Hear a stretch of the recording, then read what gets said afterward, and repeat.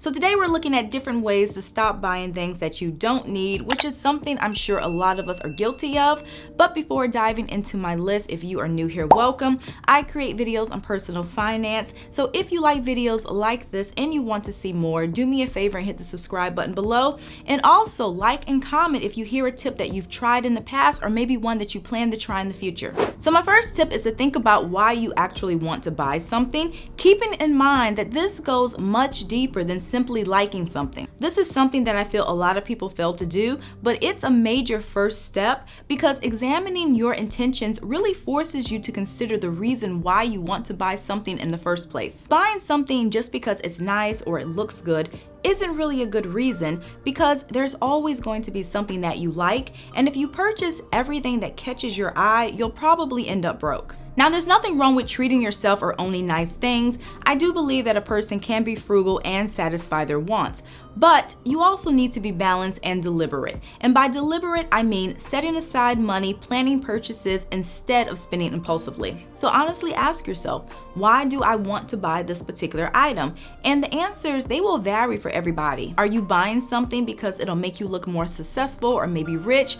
Or are you feeling sad and you're buying something in order to feel better? At the end of the day, you want to buy things that will enhance your life and add value to it and ultimately bring fulfillment. But on the other hand, if you start buying things to impress others or to keep up with others, you could fall into this consumption trap where you start making choices that don't really align with the person you want to be.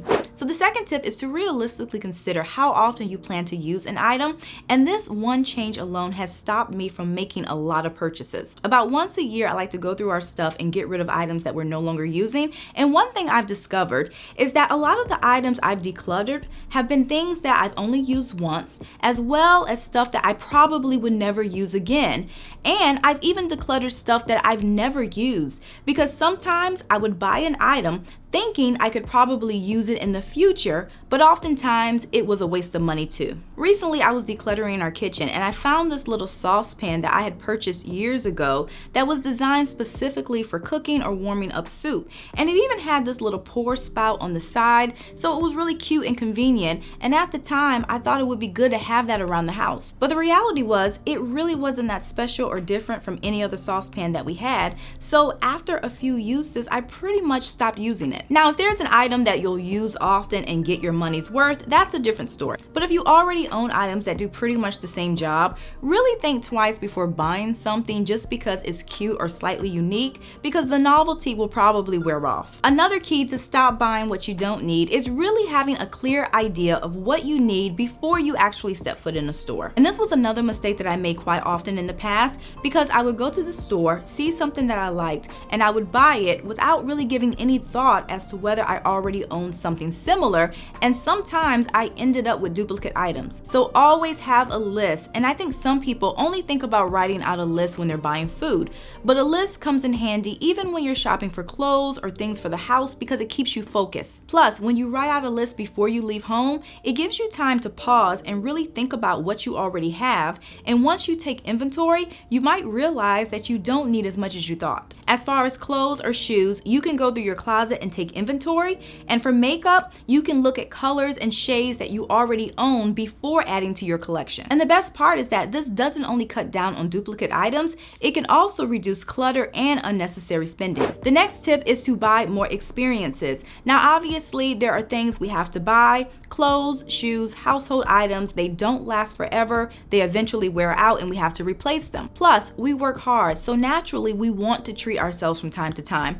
And I really don't believe in depriving oneself, but you don't have to treat yourself with tangible items all the time, because the truth is, the excitement of material things usually wears off.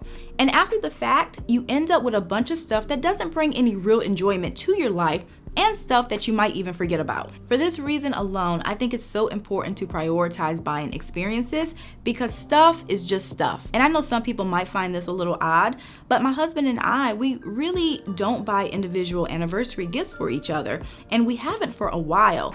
The one exception was like 2 years ago. There was something that we both wanted, so we decided to buy it for each other. And in most cases, what we'll do is take those resources and use it to have an experience.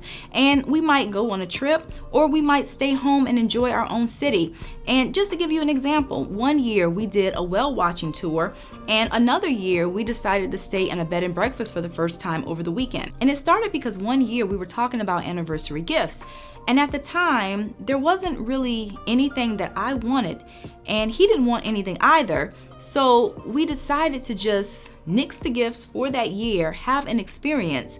And that tradition, it just kind of stuck over the years. Now that's just us, and I am by no means saying that you should stop buying anniversary gifts. But for me, what I will say is that a lot of those adventures and trips that we've taken for our anniversary have been slightly more memorable than some of the gifts that we've purchased for each other. So the final tip to help you stop buying things that you don't need is to buy to replace and not add. Now, it's one thing to add to your wardrobe when you're trying to flesh it out.